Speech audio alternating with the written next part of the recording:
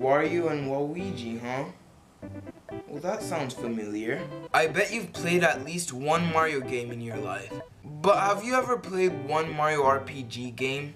This could be Mario RPG, Mario and Luigi, or even Paper Mario. But there's one Mario RPG I love playing, and that's Mario and Luigi Bowser's Inside Story. Well, how do I even start with this game? I mean, I could talk about Mario and Luigi, but there's one more main character I really wanted to talk about, and that's Bowser. Now, I know that Bowser was playable in past Mario RPG games, but this one's special.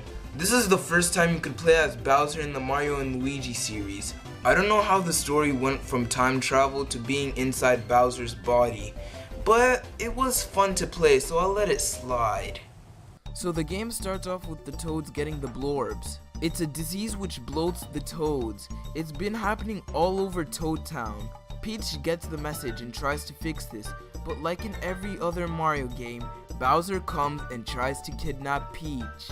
So just like that, you fight Bowser, and when you beat him, Peach uses her magic powers to throw him out of the castle. If she had those powers, then why'd she need Mario in the first place? Bowser then ends up in the forest, and that's where we start controlling him.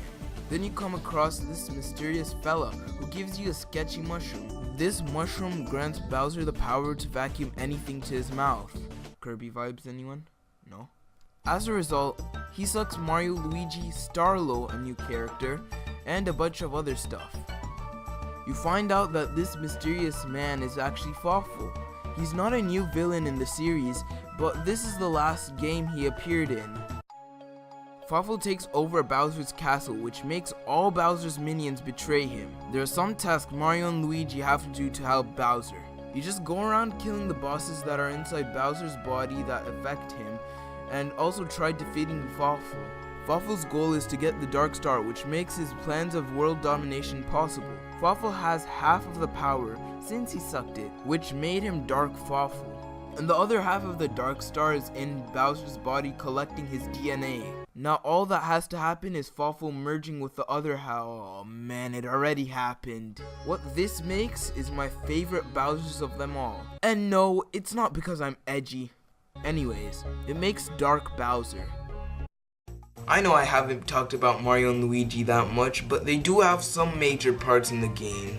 You would think that Mario and Luigi would stay inside Bowser the whole time, but they do go outside to the real world. How? With pipes? Yeah, I don't know how they got there, so let's just not question it. Some of the places these pipes take you to are Princess Peach's castle, Bowser's castle, and Toad Town. You do have to go to these places sometimes, like Toad Town, where you have to go to Dr. Toadsley to get the Star Cure working. I don't really know what you expected in this story. After all, it is a Mario RPG game. So that just leaves gameplay. Let me just start by saying the graphics are... It's been improved since its last game, Partners in Time.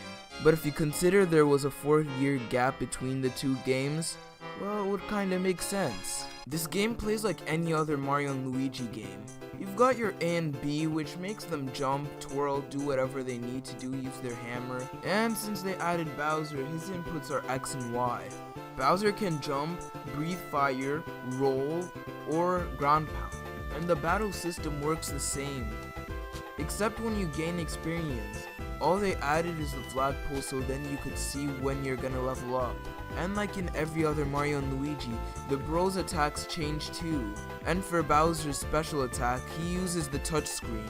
The big elephant in the room is actually a pretty big one, and that is Giant Bowser. And no, this isn't Giga Bowser. There are some parts of the game where Bowser becomes Godzilla to battle machines.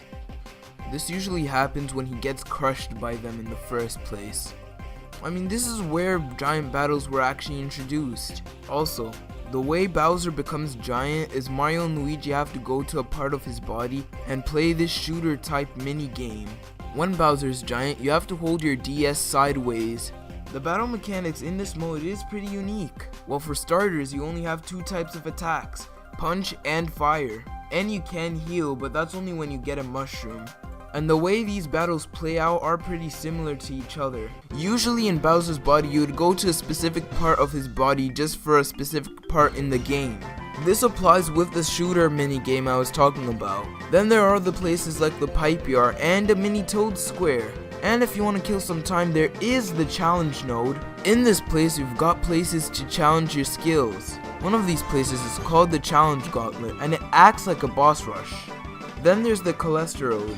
This place is like an endless mini game where you just use your bro's attack for an endless amount of time. And finally, the moment you've all been waiting for, the Rally Block. Or at least what I like to call it, the 99 block. Yes.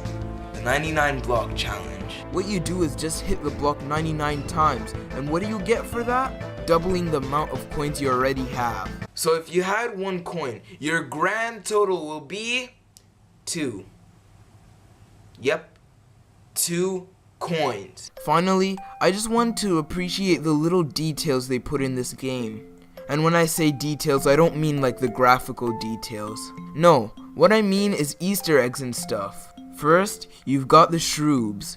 They appeared in Mario and Luigi's last adventure.